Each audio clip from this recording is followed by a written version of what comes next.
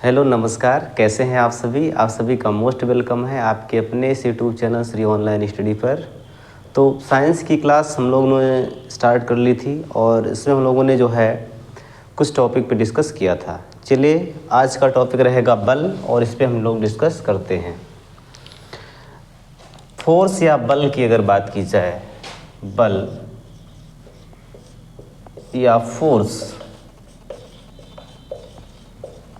क्या है भाई, तो आप कहोगे कि सर ये बल जो है एक धक्का है जो किसी वस्तु की अवस्था में परिवर्तन कर देता है या परिवर्तन करने का प्रयास करता है। तो देखिए जो है बल एक बाह्य कारक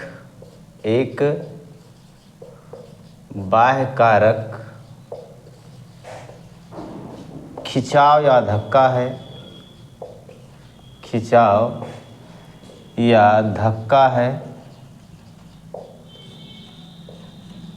जो किसी वस्तु की अवस्था में परिवर्तन कर देता है, जो किसी वस्तु की अवस्था में परिवर्तन कर देता है या परिवर्तन करने का प्रयास करता है, परिवर्तन कर देता है या परिवर्तन करने का प्रयास करता है, या परिवर्तन करने का प्रयास करता है। ठीक है, समझ में आई बात? आई बात सुने। अगर हम बल की बात करें तो किसी वस्तु पर लगाया गया जो ये बल होता है, ये बल बराबर होता है उस वस्तु का द्रव्यमान और उस पर लगने वाला त्वरण। ठीक है, बल बराबर क्या होगा? द्रव्यमान गुणे त्वरण। या हम इसको कह सकते हैं F बराबर m इंटू ए, F बराबर m इंटू ए।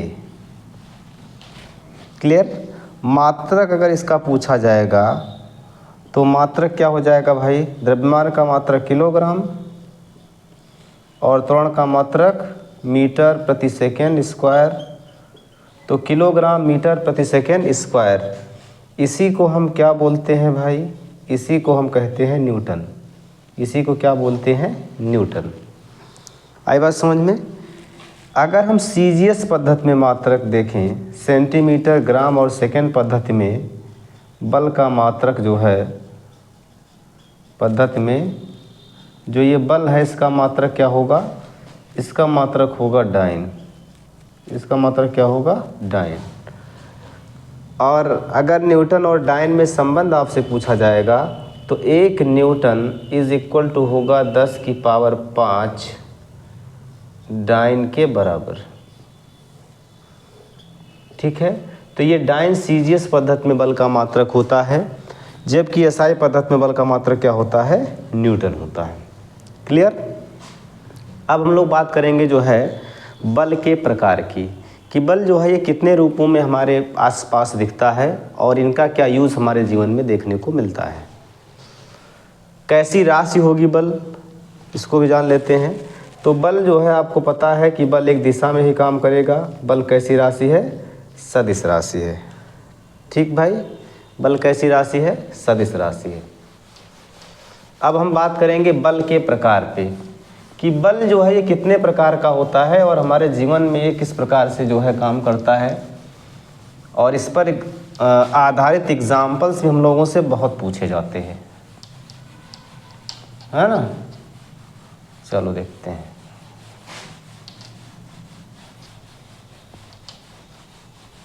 देखिएगा, बल के प्रकार, बल के प्रकार, बल के प्रकार। बल कई रूपों में देखने को मिलता है। पहला जैसे होगा, पहला होगा ससंजक बल, ससंजक बल।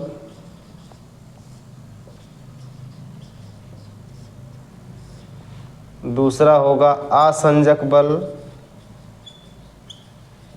ससंजक बल, असंजक बल। तीसरा होगा अपकेंद्रीय बल, अपकेंद्रीय बल। अगला होगा अभिकेंद्रीय बल।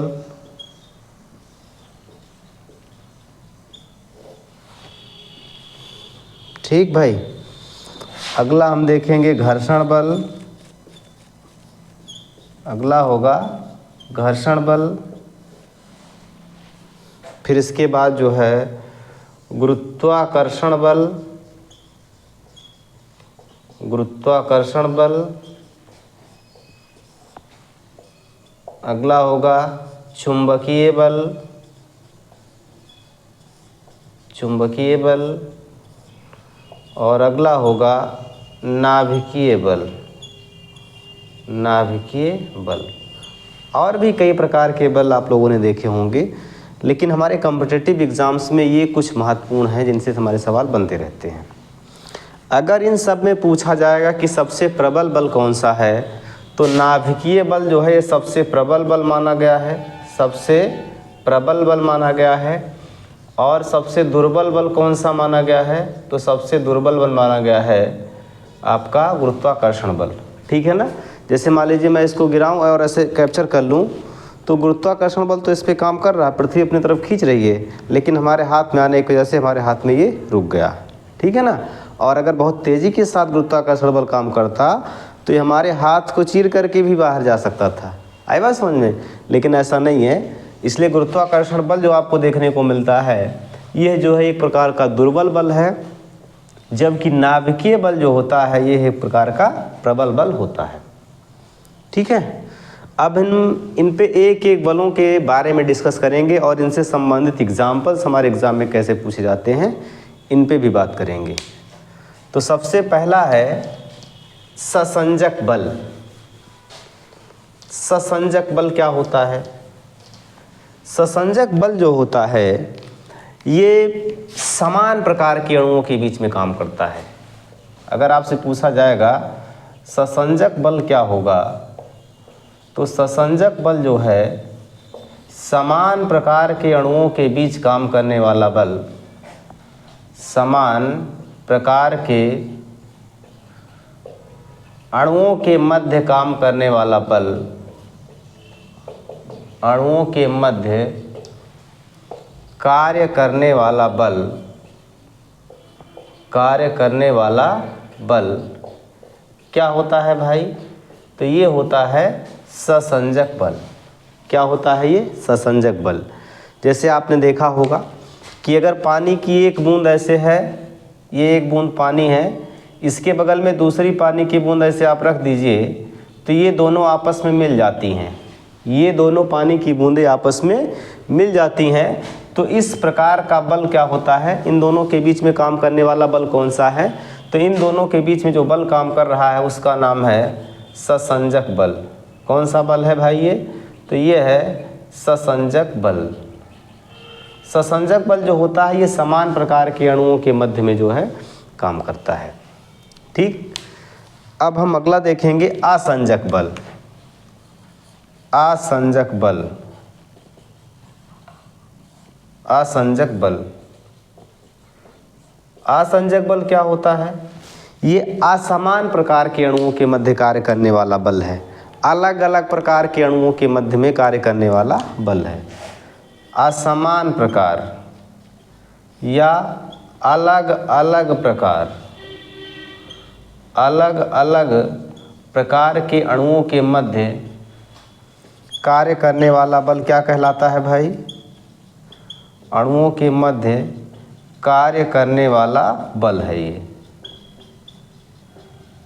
जैसे मैं यहाँ पर बोर्ड पर लिख रहा हूँ मार्कर की सहायता से, तो ये स्याही और ये बोर्ड अलग अलग कंपाउंड हैं।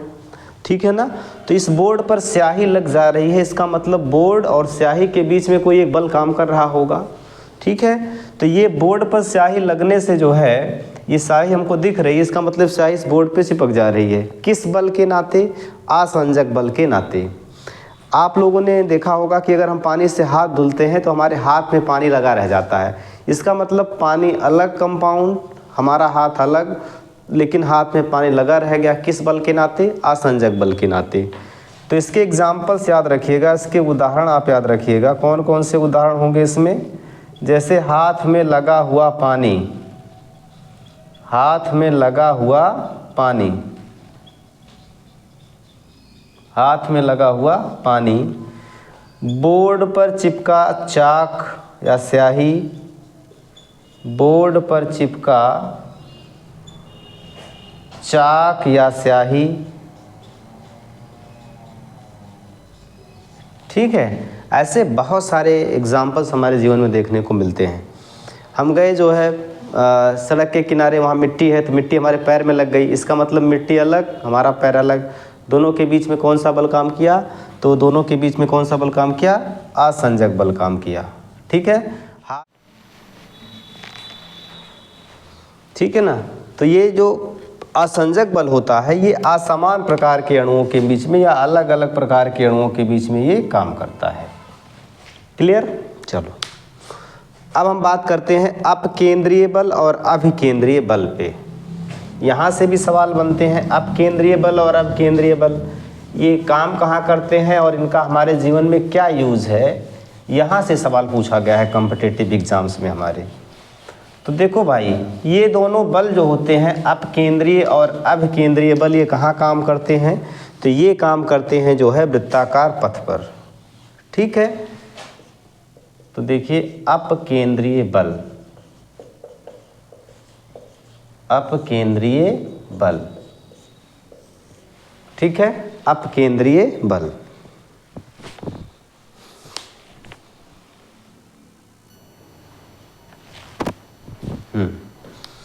अगर इसको अंग्रेजी में देखा जाएगा तो सेंट्रीफ्यूगल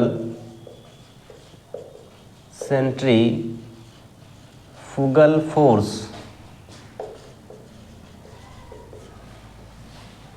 होता क्या है पहले ये जानते हैं।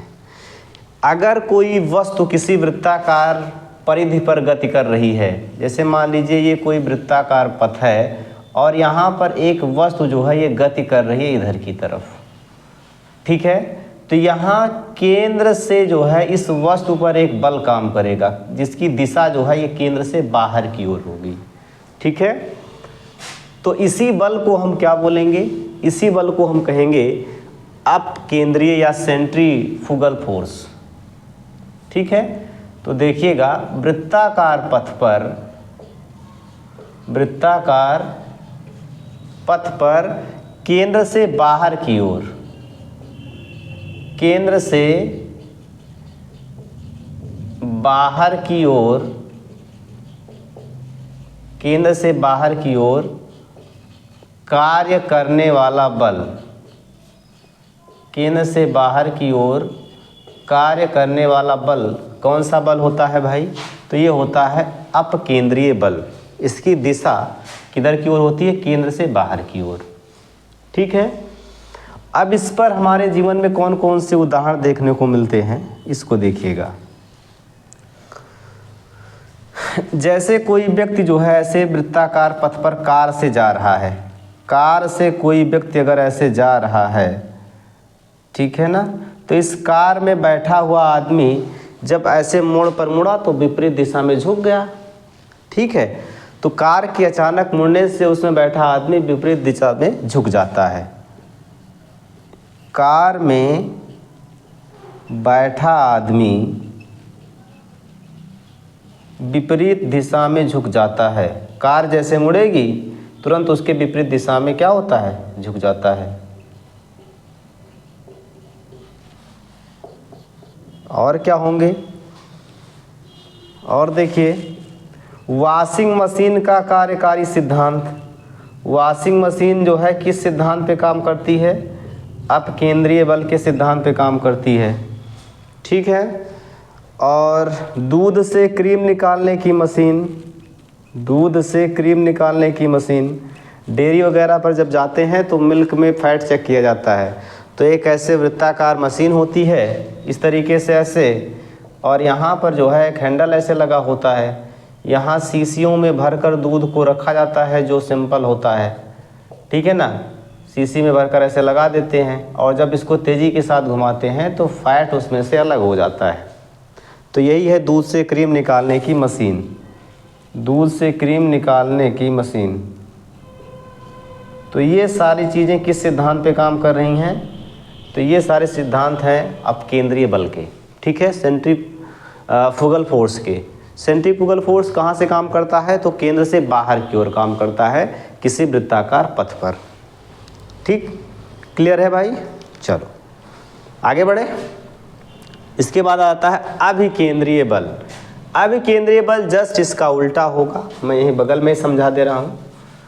अभिकेंद्रीय बल जो है जस्ट इसका उल्टा होता है।